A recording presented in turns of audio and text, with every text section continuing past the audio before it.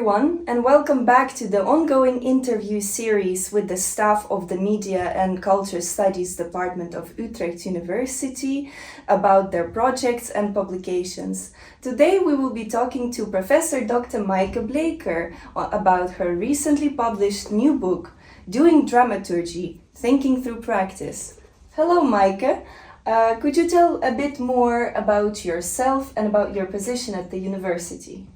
Yes, I am a professor of theatre studies in the Department of Media and Culture, and as such I teach theatre, theatre studies, so a lot of history and theory about theatre. And I'm also doing a lot of research about theatre, and I direct a group of people who also teach and do research about dance, theatre and performance. And apart from that, I'm at the moment the director of the research institute ICON, and this is a research institute that brings together all the research of researchers within the Media and Culture department and some research in the Language and Culture department. Oh yeah, thank you very much. We are also familiar with that newspaper. I'm using it quite often for promoting events and publications and staff and projects and so on and so on. Thank you. But your new book, Doing Dramaturgy, Thinking Through Practice, could you perhaps summarize the central theme of the book for me in a couple of minutes? I'll do my best. Yes, that must be challenging, I agree. So the book is about the practice of dramaturgy. So dramaturgy is a term that has historically been used to describe the structure of plays and of texts for plays that they were then staged. And over time, dramaturgy is also has come to stand for a practice that is part of creating theatre. So a practice that is performed by people called dramaturgs. And in my book, I trace this development of this practice.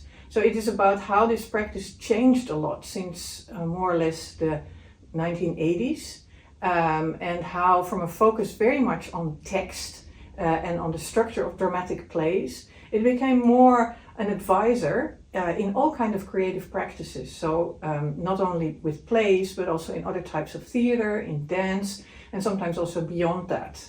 And what I do in the book is to trace how that practice has changed and how we can understand that practice. And also I try to help people who would like to become dramaturgs to think about that practice and how to develop their skills in that practice. Oh, that sounds like a very hands-on approach for young dramaturgs to how they can begin their career.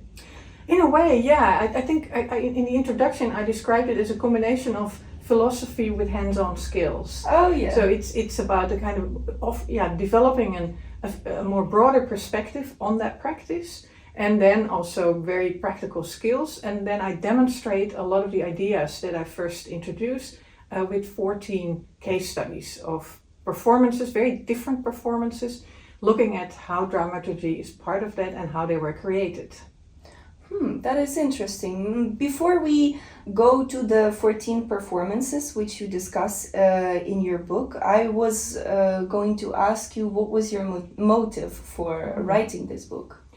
Yeah, well, since that practice has changed so much during the past decades, it was really difficult to find good ways of introducing it. And I've worked in that practice for a long time, and I noticed that a lot of the books that I used or texts, that they for me somehow didn't really cover or were not really helpful to introduce what at the moment this practice is, because they still were too much related to a historical practice of dramatic theatre, or that they would write like dramaturgy can be everything and anything, and that's also not really helpful when you try to understand it. And so I decided to bring together a lot of ideas of different dramaturgs and of theater makers about what it means to make theater and what the role can be of dramaturgs in that practice. Oh yeah, thank you. And a little bit more in detail now about the contents of the book. Among the 14 performances discussed in your book, which one would you say would be a must study for our students? That's of course a very tricky question because I think they're all 14 a must, of course. Yes. But I will mention two if I'm allowed. So there is a performance that is called Chekhov's first play, and this is a theater performance that I find very interesting for students in that it is very creative and very exciting performance, but at the same time somehow presents a commentary on a whole history of dramaturgy and a whole history of transformations in the theater. And it's in a way a practical introduction to a lot of thinking about theater.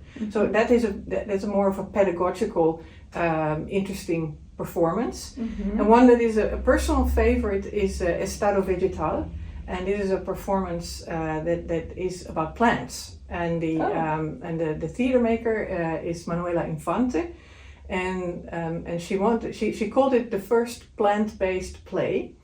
And what she tried to do was to use plant logic as a structuring principle. So there's plants also as parts of the story that is told, but it is also about how can we use the logic of plants as the basis for constructing the whole play. And it's a kind of in that sense also, an exploration, and she calls this also an kind of more like a theatrical essay.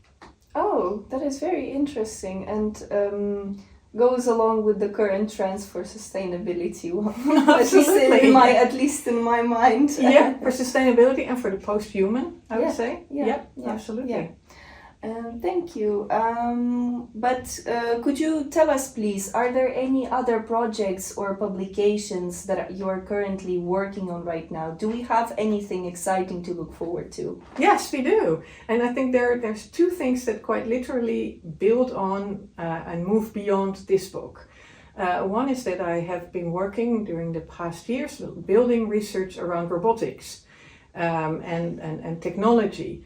And in the years to come, I will be working with a group of people, both from the theater and from robotics and from other contexts, on something we have come to call a dramaturgy for devices. So what we want to look at is how knowledge from the theater can be used for robots and to develop interaction with robots, behavior of robots.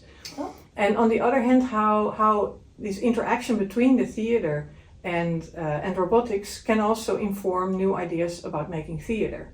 So it's a kind of going in both ways. So that's one of them that I'm really excited about. Yeah. And the other one is that, well, in this book I elaborate an understanding of making theater as a kind of thinking, a thinking through making. And that's based on theories of, for example, Tim Ingold, who argues that making, and particular artistic making, is a kind of thinking that happens through materials in the doing and in theater also with a lot of people. And what I'm now doing in a follow-up for this book is to think, well, if making theater is a kind of thinking, what can that help us to understand about thinking? And what is theater really good at to think? So what could be the advantage of this type of thinking for current important questions that we have? And one of the things I'm working on is the notion of implicatedness, the notion that human beings have to learn to understand themselves more and more as part of larger systems. And that theater is also a kind of situation in which you're implicated quite literally. So that kind of possible possible ways in which theater can help us to think things. That's what I'm now trying to work on.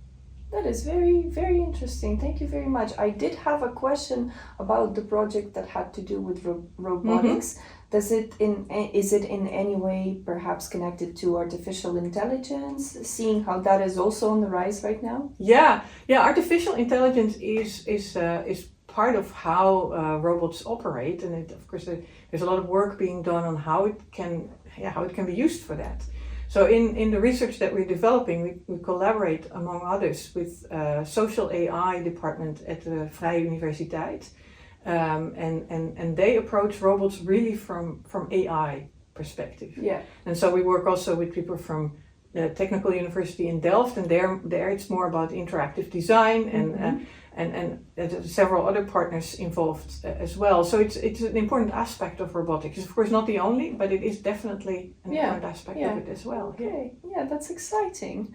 And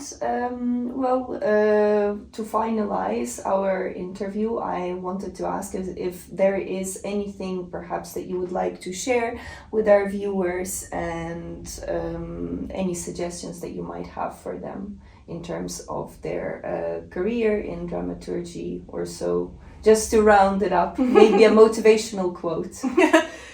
Well, I think one of the interesting developments in dramaturgy since past decades is that dramaturgs have become more and more a very prominent presence in the theater, and they're less kind of only a supportive addition to a creative process, and are much more and more also in demand for what they individually have to bring to the process. And I think that that's a very positive development, and that is also, I think, an inspiration for, if you want to become a dramaturg, to also develop your own style as a dramaturg, to develop your own approach to it, and also find out who are then the artists that you are relating to build a specific profile for yourself as a dramaturg. Would you say that it means sort of making a connection with one of the more known dramaturgs on a personal level, identifying the kind of personal preference leaning towards a certain branch, and then trying to move in that specified direction? Yeah, it could be dramaturgs. There's certainly a lot, of course, to be learned from dramaturgs that are more advanced. But I would also really think about trying to build longer-term relationship with artists, and develop ways of working between the two of you. Because in a way, I think that dramaturgs always reinvent their own practice continuously, and that are not really models to be copied. But what can be really helpful to develop your own style and your own way of collaborating is to work more than once with the same artists, and to build a longer-term relationship with artists. Yes. Okay, thank you. Thank you very much for coming today and joining us in our interview sessions.